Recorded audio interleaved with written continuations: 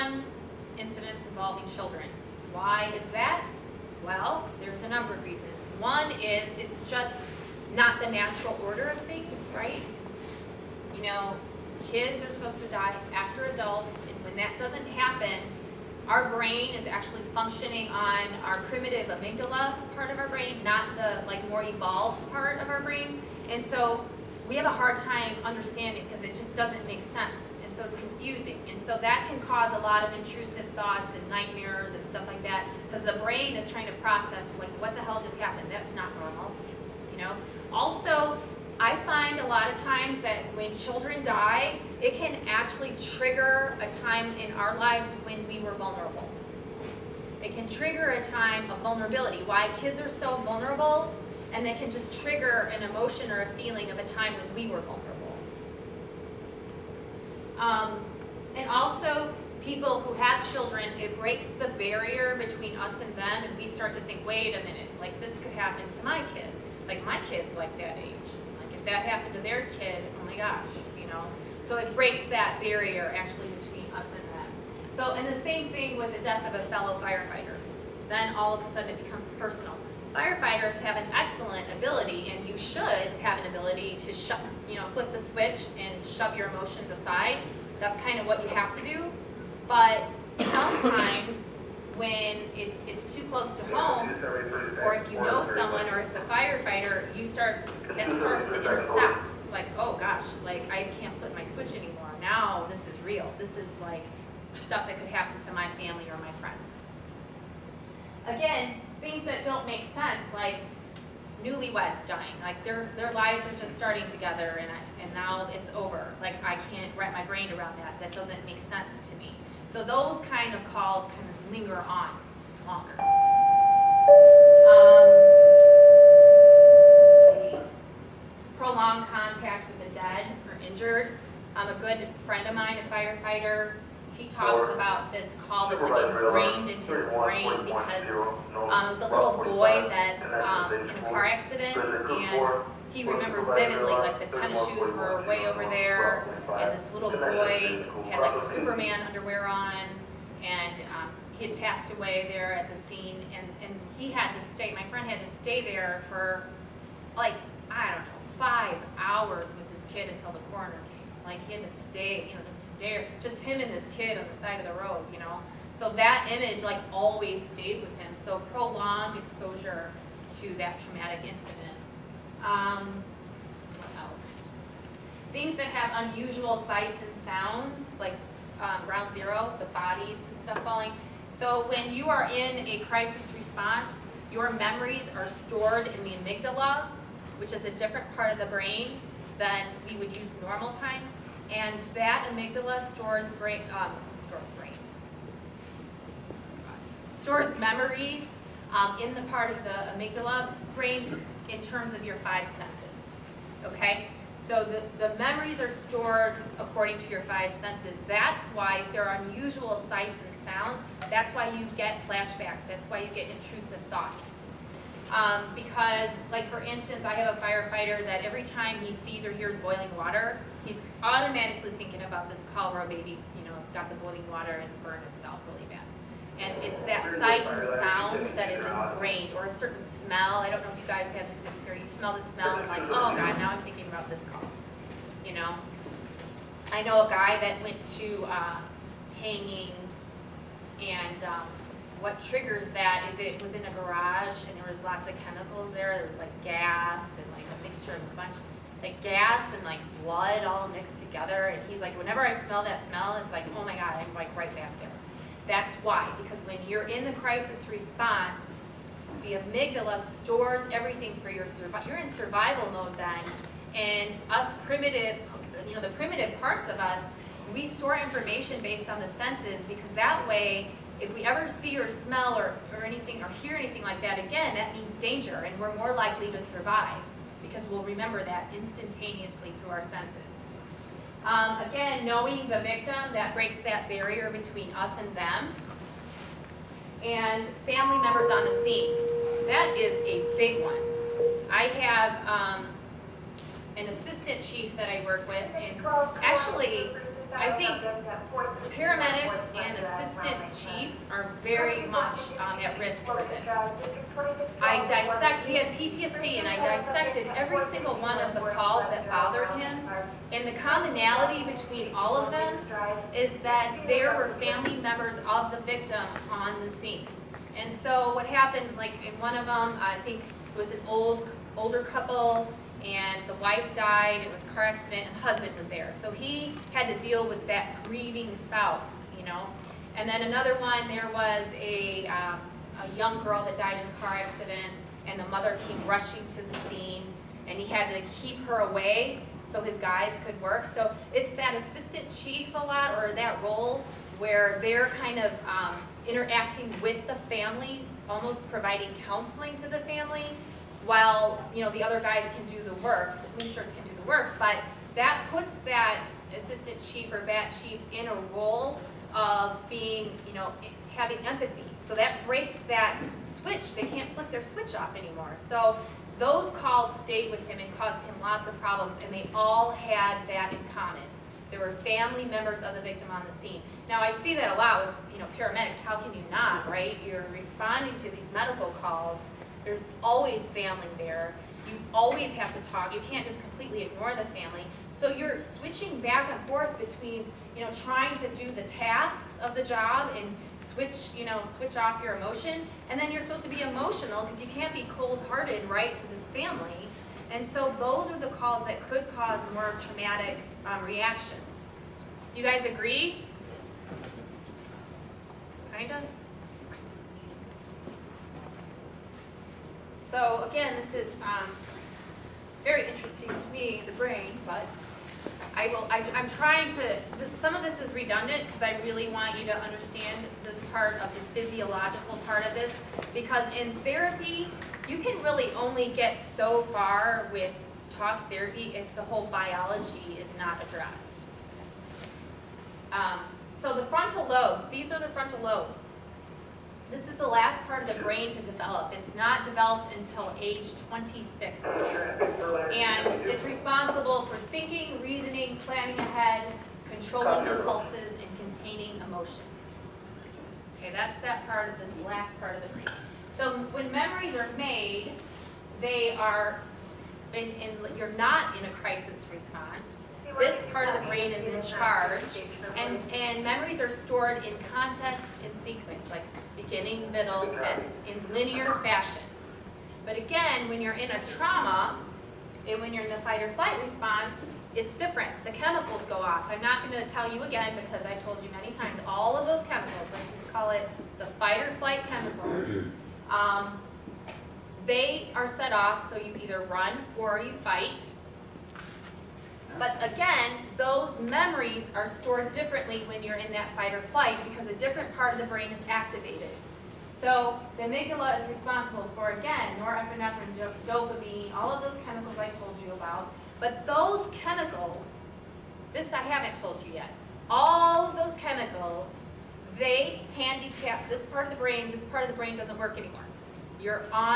So this part of the brain that's in charge of memories and context and sequence, they're in charge of regulating emotions, they're in charge of long-term planning, emotional regulation, impulse control, all of that's out the window. Why? Because you have to respond fast. You don't have time for long-term planning. When a tiger's going to eat you, right? You got to respond now. And so this part of the brain is not working. You're all amygdala. You're all survival. And that affects the memory, which affects PTSD, which gives you like this PTSD signs and symptoms, right? Because you're in the survival mode. It's like the brain hasn't had a chance to process things normally using this part of the brain, so it's processing it differently, and you have to go back and you have to process it correctly using this part of the brain. That's why intrusive thoughts, nightmares, it's the brain's way of struggling to make sense of it all when you have time. Because you can't do it then, so you have to do it later. Make sense? Okay. So during the trauma, the memory is encoded in intense fragments based on sight, smell, sound, all the five senses. The memories are stored that way. I do a lot of PTSD treatments, and all of the treatments I do revolve around these five senses, and I do different things, and I activate the parasympathetic nervous system, which is the body's rest response. So mirror neurons are very, very interesting. So mirror neurons are the monkey see, monkey do neuron. They're the learning neuron. They're, so you see little kids and you smile and they smile just like you, and you giggle and they giggle just like you. That's learning. That's how little kids learn. And that's the mirror neuron. So if I give an example of like a herd of deer, and like one deer is like running for its life, and all the rest of the herd, they run too, right? Why are they running? They're running because that guy ran, right? They're like, I don't know, I'm going because he's going, he saw something, so I'm not going to stand around and look to see what it is, I'm just going to run. So that's the mirror neuron, that's survival, okay? So I'll give you another example of when you're on a bad call, there is a universal trauma stance. They've done research and they have pictures of people going way back to like World War I and rape victims and people that just survived a car accident. They all have this wide-eyed, right? You've seen people in trauma, shock, right? Wide eyes, staring off into space. They're usually hunched shoulders. They're hunched over like this. Why? They're actually subconsciously protecting their organs. So they're hunched over. That's the universal trauma stance. Now, bear with me for a little bit. So you go on a really bad call and you go on a car accident and you see somebody in trauma. You see the wide eyes, you see the rolled shoulders, you see staring off to space. Subconsciously, through the mirror neurons, that person's in trouble. The survival part of you is like, wow, there's danger here.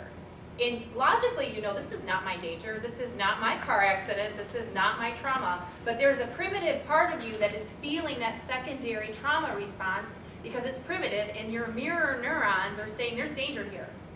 So you're suffering a trauma, even though it's their trauma. Does that sound okay to you guys? Does that sound normal? You get that? You agree? Don't agree? Yeah. So logically we know this is not your car accident, this is not your fire, this was not your emergency.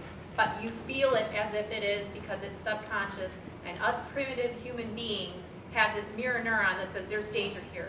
So your body reacts with the same amount of adrenaline as if it was your own emergency. Well, what does that cause?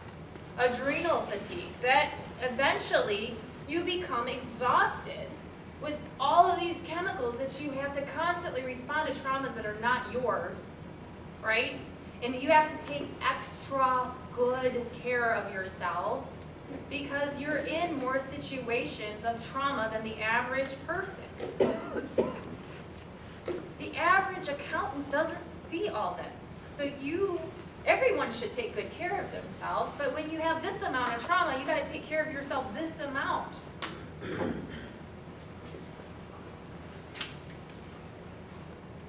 The freeze response.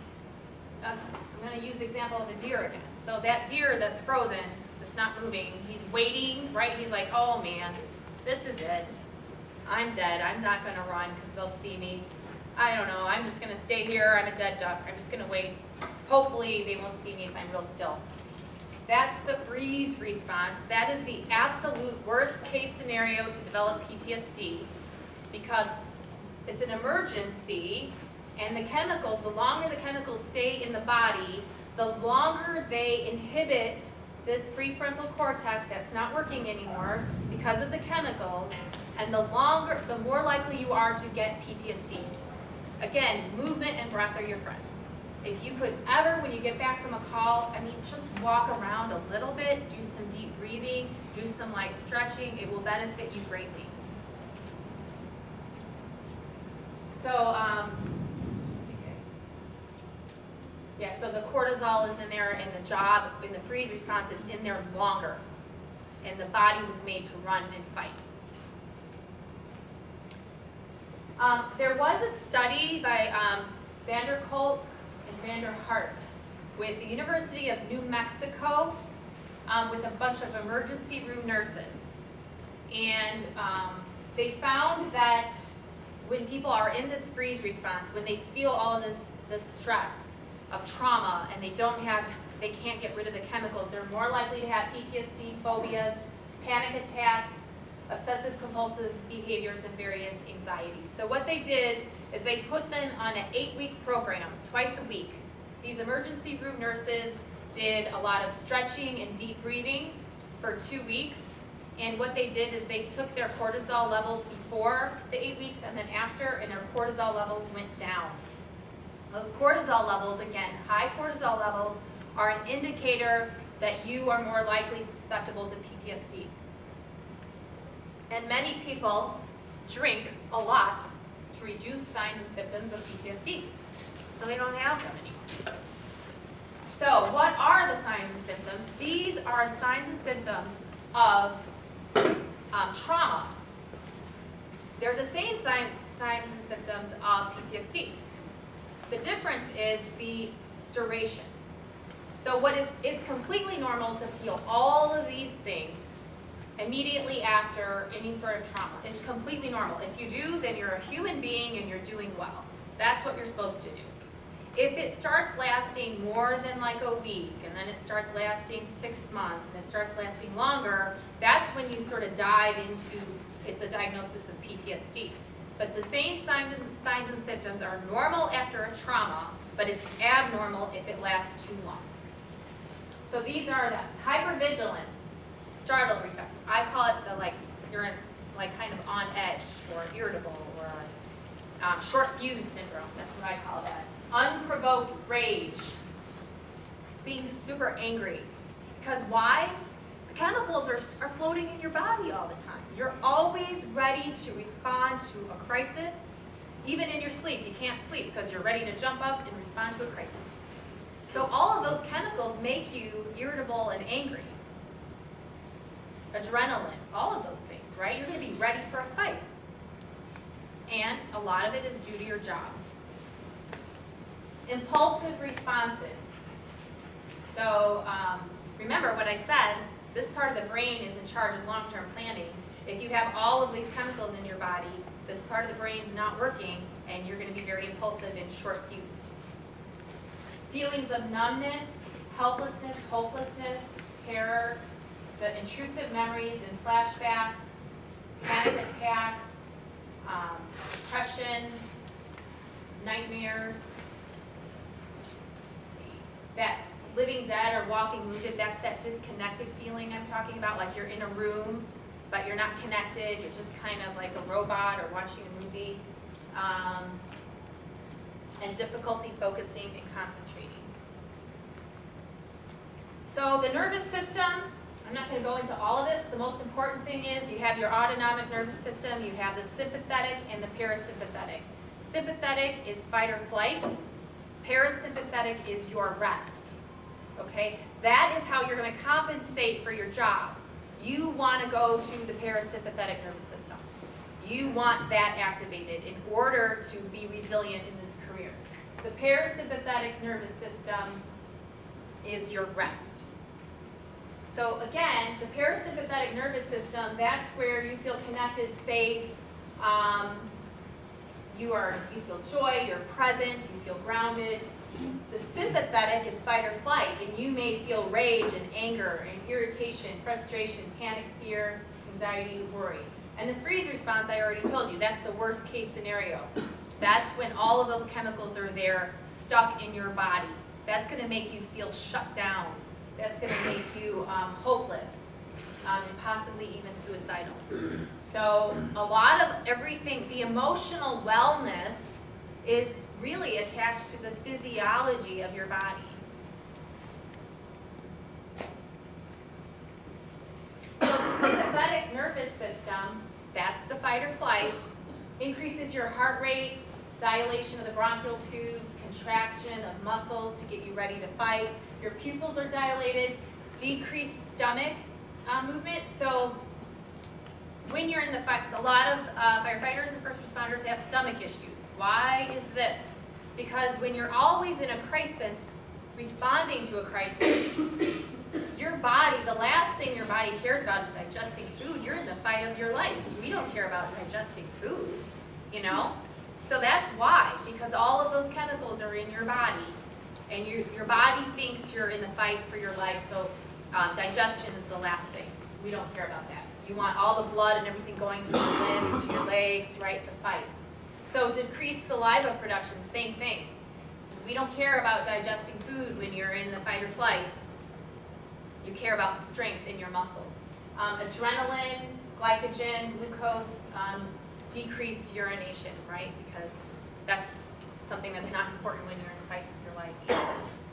So how do you activate this parasympathetic nervous system? This is the place you want to go. You want this activated to feel better. You know, that sounds a little, bring, you know, your attention to your toes, but it means grounded. Pay attention to the moment. When you're off in the future and you're thinking a lot about anxiety in the future, when you're thinking about like a lot of stuff in the past, bring yourself to the present moment. Breathing deeply, you know, that's not like a granola thing. Breathing deeply, I've been to conferences on first responder specialties all over the country, and they have had 2-hour discussions on deep breathing because it's that important. The police call it tactical breathing, but it's the same thing. That's a fancy name for deep breathing. It means you are regulating your parasympathetic, you're regulating your autonomic nervous system. The deep breathing will get the chemicals out, help this part of the brain will start working better, and you will be in a much better state and to handle all the crisis and emergency response. I'm a big fan of yoga. The Navy SEALs are doing yoga. It's important. But I know it's just not going to happen because I've been trying to get first responders to do yoga for a very long time. It's whatever you do that makes you relax. And what I find my first responders like to do, they like to fish. They like to work on their old cars. When they're working on their old cars, the world goes away. They like to woodwork. They like to hunt. They like to target shoot. Don't forget about those things that you used to love to do because you're too busy. Whatever makes the world go away and calms you down, you have to make time for that. Because that is actually going to activate the parasympathetic nervous system. Walking is the best moving meditation you can do. Not in this weather, but we would all be in the crisis response. But walking actually uses bilateral stimulation of the brain. You're going right brain, left brain, right brain. So you're actually processing all of the emotion with the logical part of your brain. This movement right here does that, right, left, right, left. It activates the parasympathetic nervous system, and it also gives you a little bit of serotonin when you walk. So it's a little bit of an antidepressant. So you feel better, you're thinking about your worries and concerns, you're processing them, you're getting cortisol out of the body. So walking is not an exercise. I tell my first responders to walk, and they think I mean like that they're old people and they should be mall walkers, because they can't handle a real workout, you know? So that's not it. It's that it is a moving meditation, and it actually relaxes you. It activates the parasympathetic nervous system. So now I have these firefighters that text me like, I'm taking my old man walk today. I feel better. You know, it's not that I don't think you can handle a really hard workout in the gym. It's just for the purposes of this moving meditation, walking is best to relax you, because it's impossible to tell first responders to meditate. They can't sit still that long. You know, they're too type A. First responders cannot sit and meditate. So, but walking is a moving meditation, so I have better luck with that.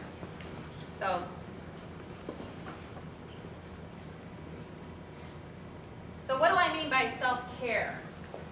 So a good work-life balance, right? Making time, again, to make those connections with your family. That's good self-care, because that's going to make you resilient. Exercise to relieve stress. Again, you're going to get all of those antidepressants through a good workout. You're actually teaching yourself vagal toning. You're teaching yourself how to be physiologically tough by exercise, because you're creating a sympathetic nervous system, like you're creating the fight or flight response in a controlled environment, and then you're allowing yourself to rest. And that actually teaches you how to handle crisis better, in the stress response better. Meditation, again, walking is the best. Social network. Humor, I don't have to tell you guys that humor is one of the best resiliencies. You already have that down.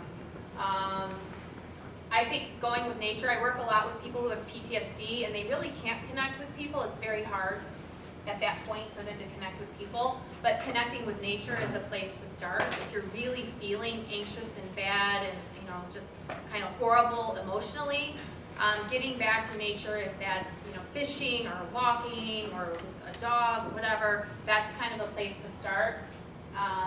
Again, woodworking, target shooting, these are the things that I think first responders tend to enjoy. And then, of course, meeting with a counselor. So is it PTSD? There's 5 criteria for PTSD. It has to be a life-threatening incident. There has to be intrusions. That means nightmares or thoughts, reoccurring thoughts about the call. Avoidance. You avoid thinking about it. You avoid places that make you think about it. You avoid people that make you think about it. If you avoid that intersection, because I'm going to remember that call, so I'm not even going to go that way. Negative thoughts and feelings, maybe thoughts that it was your fault. So these sort of thoughts, they don't have to be logical, but many first responders might blame themselves for a call that went wrong, even though in their brain they're like, no, I had nothing to do with this. But sometimes when you can't figure out why something happens, you tend to blame yourself sometimes, even if it doesn't, if it's not logical.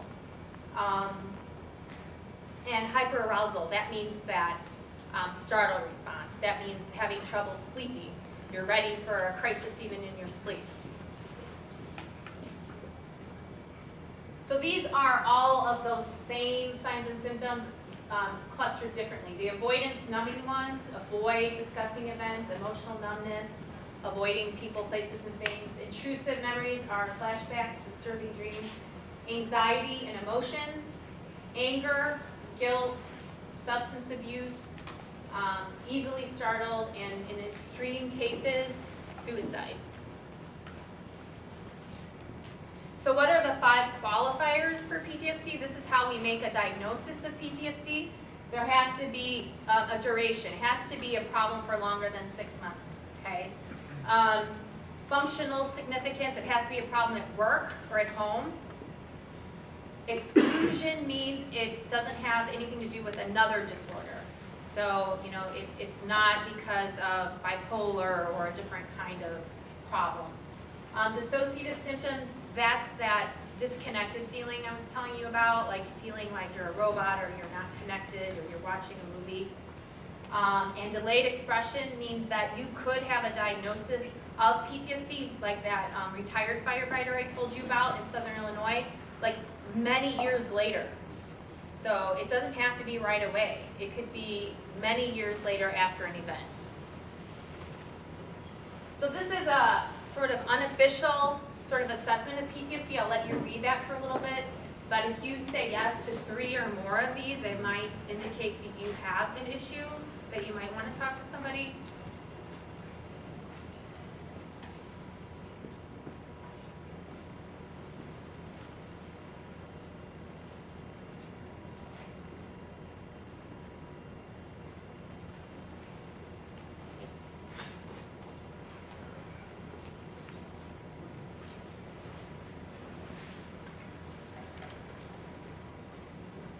Everyone done?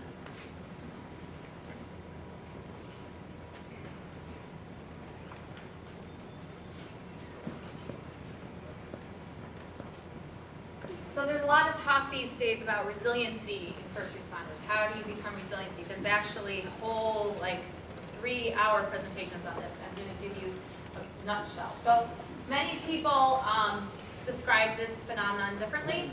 Your ability to recover quickly from change or misfortune, that's resiliency. The ability to thrive, mature, and increase confidence in the face of adverse circumstances, which is what I call post-traumatic growth. So you actually grow as a human being. You become better because of all the stuff that you've seen and done. If you handle it the right way, you're going to find that you have a formula for getting through things faster than the average person, or basically in a healthier way if you have the good coping skills. So the use of inherent strengths and resources in order to overcome adversity.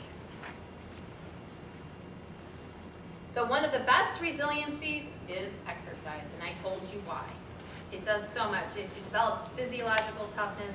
It gets those bad chemicals out of the body. So regular physical activity builds that crisis response in a controlled manner, burns off cortisol, that shuts off this part of the brain. It can activate your parasympathetic nervous system depending on the type of exercise you do. And it teaches your body to relax in healthy ways without alcohol. So resilience versus thriving.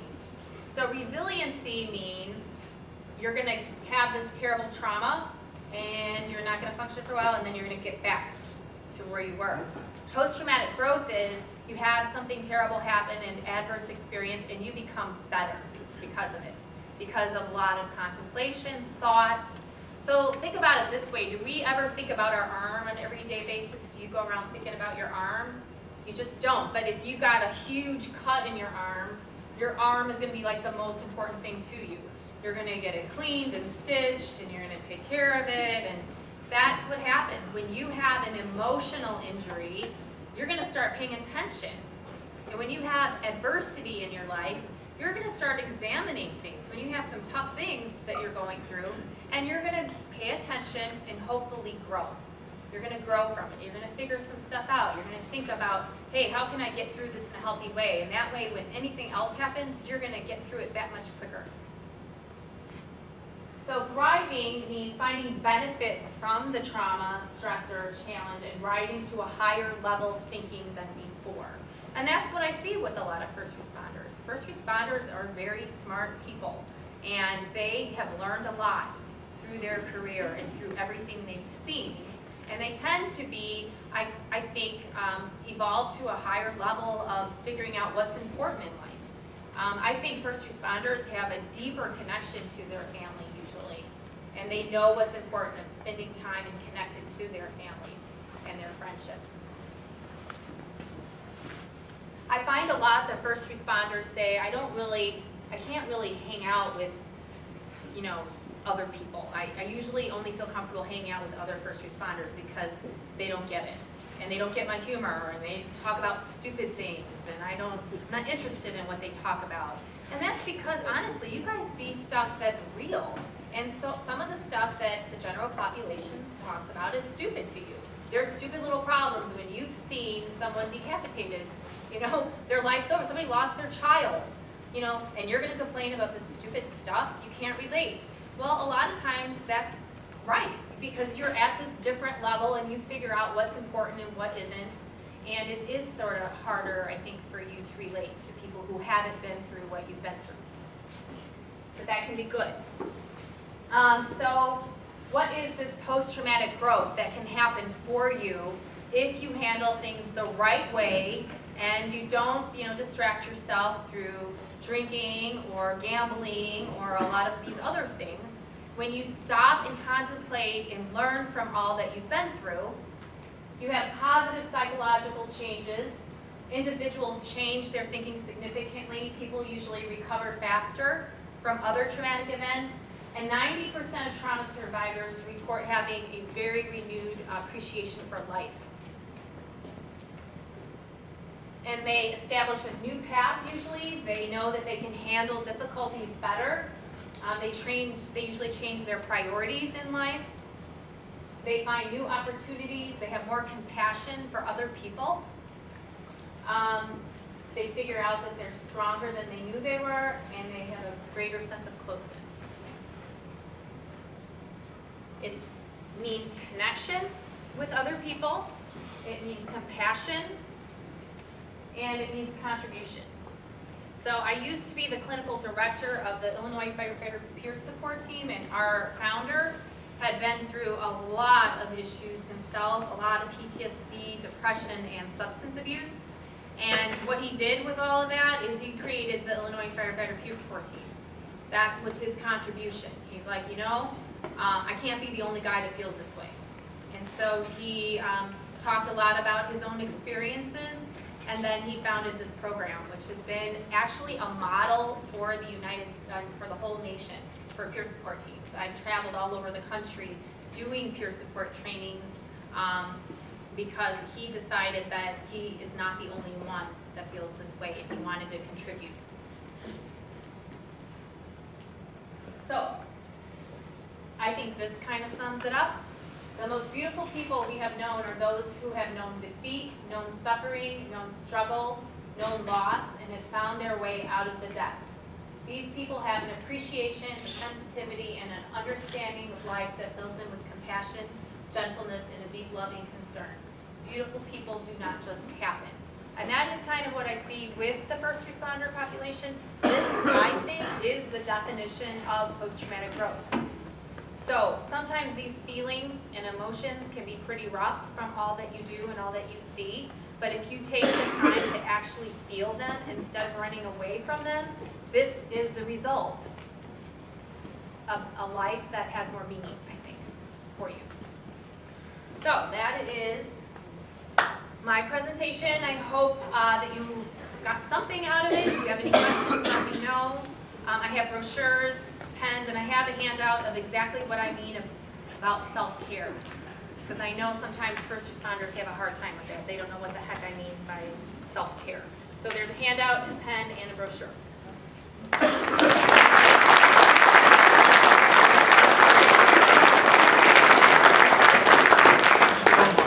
Hopefully you walk away with just one thing out of this. You know, everybody has something else. You know, like I've told you all before, I'm not telling you to not go out and drink. I'm telling you to go out and make choices.